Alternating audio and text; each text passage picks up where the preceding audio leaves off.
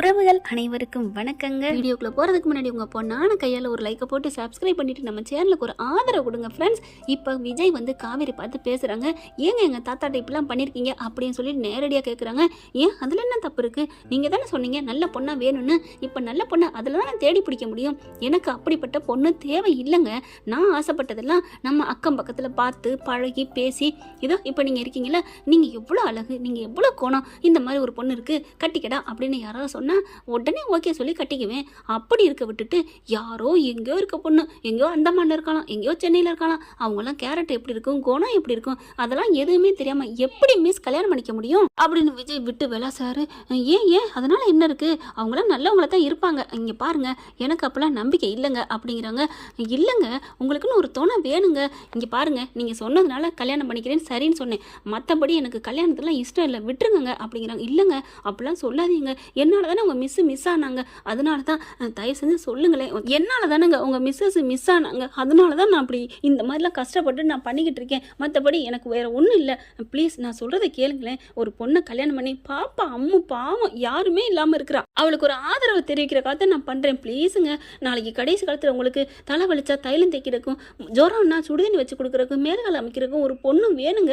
யார் எப்பேற்பட்டவங்க எத்தனை பேர் இருந்தாலும் கடைசி காலத்தில் பொண்டாட்டி மாதிரி வராதுங்க, பொண்டாட்டிக்கு புருஷன் மாதிரி வராது. தயவு செஞ்சு நான் சொல்கிறத கேளுங்க. ஓ அப்படியா, நீங்கள் சொல்கிறது ஓகே. அப்போ நீங்கள் மட்டும் அவங்க அம்மா கிட்ட கல்யாணமே வேணாம், எனக்கு அக்கா பிள்ளைங்க தங்கச்சி பிள்ளைங்க போதுன்னு ஏன் சொல்கிறீங்க?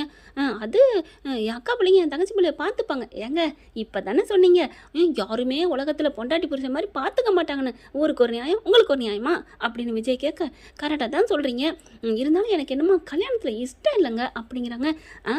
அதே தான் எனக்கும். அட என்னங்க நீங்கள் எனக்கும் உனக்குன்னு சொல்லிக்கிட்டு என் விஷயம் வேற உங்கள் விஷயம் வேற, உங்களுக்கு புள்ள இருக்குங்க, எனக்காவது புள்ள இருக்குங்க, கடைசி காலத்துக்கு உங்களுக்கு யாருமே இல்லைங்க, நீங்கள் மட்டும் ஏங்க இப்படி தனிமரமாக இருக்குன்னு நினைக்கிறீங்க? இல்லைங்க விஜய், நான் சொல்கிறத கேளுங்க. என் மனசுக்குள்ளே நான் ஏற்கனவே கல்யாணம் ஆகி குழந்தை பெற்று வாழ்ந்தது மாதிரி எனக்குள்ளே ஒரு உணர்வு இருக்குங்க. அப்படி ஒரு உணர்வு இருக்கையில் இன்னொரு கல்யாணம், ஒரு ஆம்பளை நான் கல்யாணம் பண்ணிவிட்டு அவங்க கூட நான் வாழ்கிறது எனக்கு எப்படின்னு தெரியலைங்க, அது தப்பு மாதிரி தோணுது. எனக்கு கல்யாணம் ஆன உணர்வே இருந்துட்டு இருக்குங்க, இன்னை வரைக்கும் என் கழுத்தில் தாலி இருக்க மாதிரி ஒரு ஃபீல் வருது. அப்படி இல்லை நான் எப்படிங்க கல்யாணம் பண்ண முடியும் அப்பா அப்படின்னு நினைக்கிறாரு. அப்போ என்னோட நினைவு உன் மனசில் இருக்குடி, ஆள் மனசில், அதனால தாண்டி இன்னொரு ஆம்பளை தொடுறதுக்கு உனக்கு மனசு வரமாட்டேங்குது, என்னை பிடிச்சிருக்கு, மனசளவில் உன்னை ஏற்றுக்கிற என்னைய, ஆனாலும் என்னமோ ஒன்று மறுக்குது, அது என்னன்னு தெரியல, என்னை ஒரு அண்ணி ஆனால் நினைக்கிற, அதை முறியடிக்கிறேன் அப்படின்னு சொல்லிட்டு இருக்கல.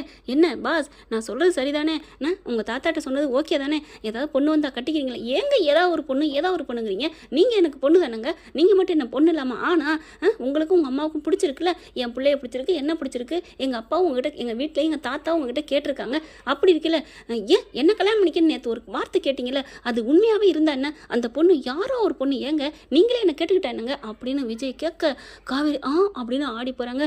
கையில் வச்சுருக்க ஃபோனு பர்ஸ் எல்லாத்தையும் தவற விடுறாங்க. இந்த மீட்டிங் எல்லாமே கோயிலில் நடக்குதுங்க. பார்க்குறாங்க, எட்டிங்கன்னு கோயில் மணி அடிக்குது, பார்த்தீங்களா கோயில் மணி அடிக்குது, என்னை கட்டிக்கு உங்களுக்கு விருப்பமா இல்லையா, அதை டப்புன்னு தேங்காய் உடைக்கிற மாதிரி போட்டு உடையுங்க. இப்போ நான் சொல்கிறேங்க, எனக்கு என் மனசு முழுக்க என் ஒய்ஃபு மாதிரி நீங்கள் இருக்கீங்க, அப்படியே அச்சு அசல், என் குழந்தைய பார்த்துக்கிறதுலேருந்து பேசுறதுலேருந்து அவ்வளவுதான் நீங்கள் இருக்கீங்க. உங்களை பார்த்ததுலேருந்து உங்களை பேசுனதுலேருந்து வாழ்ந்தா இந்த மாதிரி ஒரு பொண்ணோட தான் வாழணும். என் காவேரி, இறந்து போன காவேரி அப்படியே உரிச்சு வச்சு வந்திருக்க, உருவத்துலையும் குணத்துலையும் பேர்லையும் ஒன்று தெரியுமா, என் பொண்டாட்டி உங்களை மாதிரி இருப்பா தெரியுமா அப்படிங்கிற. என்ன சொல்கிறீங்க? ஆமாம் நீங்கள் தான் காமிக்க மாட்டேங்கிறீங்க, காமிச்சா மட்டும் நீங்கள் ஓகே சொல்லிடுவீங்களா அப்படிங்கிற. இல்லை விஜய் ஏன் இப்படி கோவிக்கிறீங்க, எனக்கு டென்ஷன் ஆகுறது, எனக்கு யாருங்க நீங்கள் பொண்ணு பார்க்குறதுக்கு, இன்னொரு பொண்ணை பார்த்து நான் கல்யாணம் பண்ணுவேன் நீங்கள் நினச்சிங்களா அப்படிங்கிற. ஏங்க நான் உங்களுக்கு பொண்ணு பார்க்கக்கூடாதா? ஐயோ காவேரி நான் சொல்கிற விஷயத்தையே நீங்கள் மாற்றி எடுத்துக்கிறீங்க. நீங்கள் யார் பொண்ணு பார்க்க, அந்த நான் ரேஞ்சில் நான் கேட்கல, எனக்கெல்லாம் பொண்ணு தேவையா, கல்யாணம் தேவையா, அதை ஏன் நீங்கள் பார்க்குறீன்னு சொல்ல வந்தேன். ஐயோ கடவுளே நான் என்ன பண்ணுறேன்னு தெரியலையே அப்படின்னு அடிச்சுக்கிறாரு, அப்படி கையால் குத்துறாரு. கூல் உங்களுக்கு நான் நல்லதாங்க பண்ணுறேன் அப்படிங்கிறாங்க. ஐயோ காவேரி நான் கேட்குற கேள்விக்கு நீங்கள் பதிலே சொல்லலை, என்ன சொல்லணும் அப்படின்னு அடங்கி உடங்கி நிற்கிறாங்க. நான் தான் சொன்னேனே உங்களுக்கு என்ன பிடிச்சிருக்கா, கட்டிக்கு சம்மதமானு கேட்குறேன் அப்படின்னு சொல்ல அப்படியே தூக்கி வாரி போடுது. இல்லை அப்படிங்கல, ஒன்றும் இல்லை, அவசரம் இல்லை, ஒரு 12 மணி நேரம் டைம் தரேன் அப்படின்னு டயத்தை கொடுக்குறாங்க. 12 மணி நேரமா? ஏன் 12 மணி நேரம் டைம் எடுக்க மாட்டீங்களா? எவ்வளோ மணி நேரம் கொடுத்துருக்கேன், 12 மணி நேரத்தில் 4 படம் பார்த்துடலாம் அப்படிங்கிறாங்க. 4 படமா அப்படிங்கல. ஆமாம் அப்படின்னு சொல்ல, சரி அதை விடுங்க அப்படின்னு சொல்லிட்டு உங்கள் பொண்டாட்டி ஃபோட்டோ காமிங்க, பார்க்குறீங்களா, பார்த்தா நீங்கள் ஆடி போயிருவீங்க, அசல் உங்களே தான் அப்படின்னு எடுத்து காமிக்கிறாருங்க. இவங்க 2 பேரும் கோயிலில் தாலி கட்டினதை பார்த்தோன்னா ஆடி போகிறாங்க. என்னது அப்படியே மண்டை சுற்றுது கிருன்னு, அவங்களுக்கே தாலி கட்டின மாதிரி இருக்கு. இந்தாங்க இந்த ஃபோட்டோ தாங்க என் கனவுல அடிக்கடி வருது, இதே கோயில், இதே சேலை, இதே மாலை, எல்லாமே எனக்கு தோணுதுங்க, நீங்கள் எனக்கு தாலி கட்டின மாதிரி இருக்குது விஜய் அப்படிங்கிறாங்க. இருக்குல்ல, அந்த கனவை நனவாக்குங்க தாயி, நனவாக்குங்களே தாயி அப்படிங்கிறாரு. அப்படியே பார்க்குறாங்க. ஏங்க அப்படியே இருக்காங்க உங்கள் பொண்டாட்டி அப்படின்னு சொல்ல, அதனால தாங்க உங்களை மேலே பாசமாக பின்னாடி வர்றேன், மற்றபடி அடுத்த பொண்ணை நான் திரும்பி கூட பார்த்ததில்ல தெரியுமா, நான் எவ்வளோ நேர்மையாக வாழ்ந்தவன் தெரியுமா, ஆனால் ஒரு பொண்ணை பின்னாடியே ஃபாலோ பண்ணுறேன்னு உங்ககிட்ட கெட்ட பேர் எடுக்கிற அளவுக்கு நான் நடந்துக்கிட்டேன்னா என் பொண்டாட்டின்னு நீங்கள் உங்களை நினச்சதுனால தாங்க, என் பொண்டாட்டி மாதிரி இருக்கிறனால தாங்க என் நிலைமையை பார்த்தீங்களா அப்படின்னு ஒரு மாதிரியாகி அழுகிறாரு.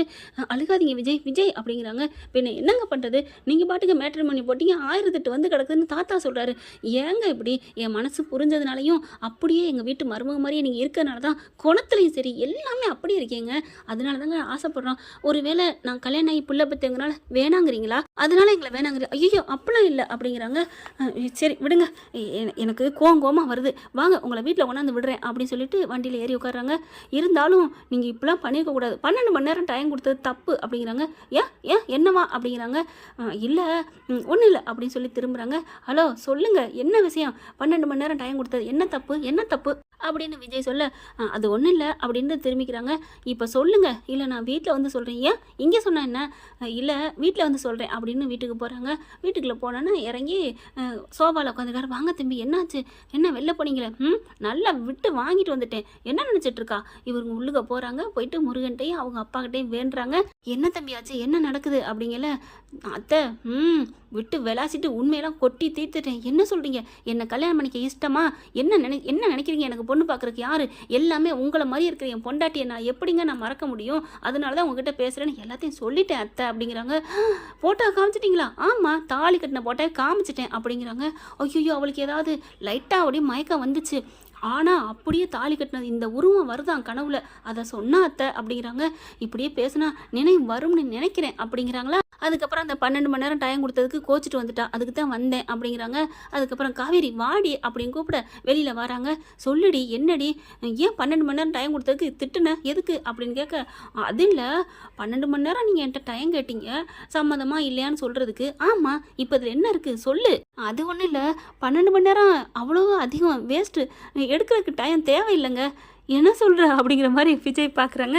ஆமாம் நேருக்கு நேரம் கேட்டீங்க, அப்புறம் ஏன் 12 மணி நேரம் டைம் இப்போவே சொல்கிறீ, என்னை கட்டிக்க இஷ்டமா இல்லை கஷ்டமானு உடனே கேட்க வேண்டியதானே அப்படின்னோன்னே ஒரு மாதிரி ஆகுது. காவேரி நான் கேட்க ரெடி, ஆனால் நீ பதில் வரணுமே, உங்ககிட்ட பதில் வந்து தப்பாக வந்துட்டா என்னால் தாங்க முடியாது அப்படிங்கிற மாதிரி பார்க்க, ஏன் நீங்கள் மட்டும் தான் பட்டுன்னு வெடித்த வர மாதிரி பேச முடியுமா என்ன, எனக்கு வராதா, நான் ஏன் நேரங்காலத்தை செலுத்த போகிறேன், நீங்கள் உடனே கேட்டால் நானும் பதில் சொல்ல போகிறேன், கட்டிக்க சம்மதமானு கேட்குறீங்க, எனக்கு சம்மதம்னு சொல்லிட்டு போகிறேன் அப்படின்னு சொல்ல, அப்படியே தூக்கி வாரி போடுது சாரதாவுக்கு விஜய்க்கும்.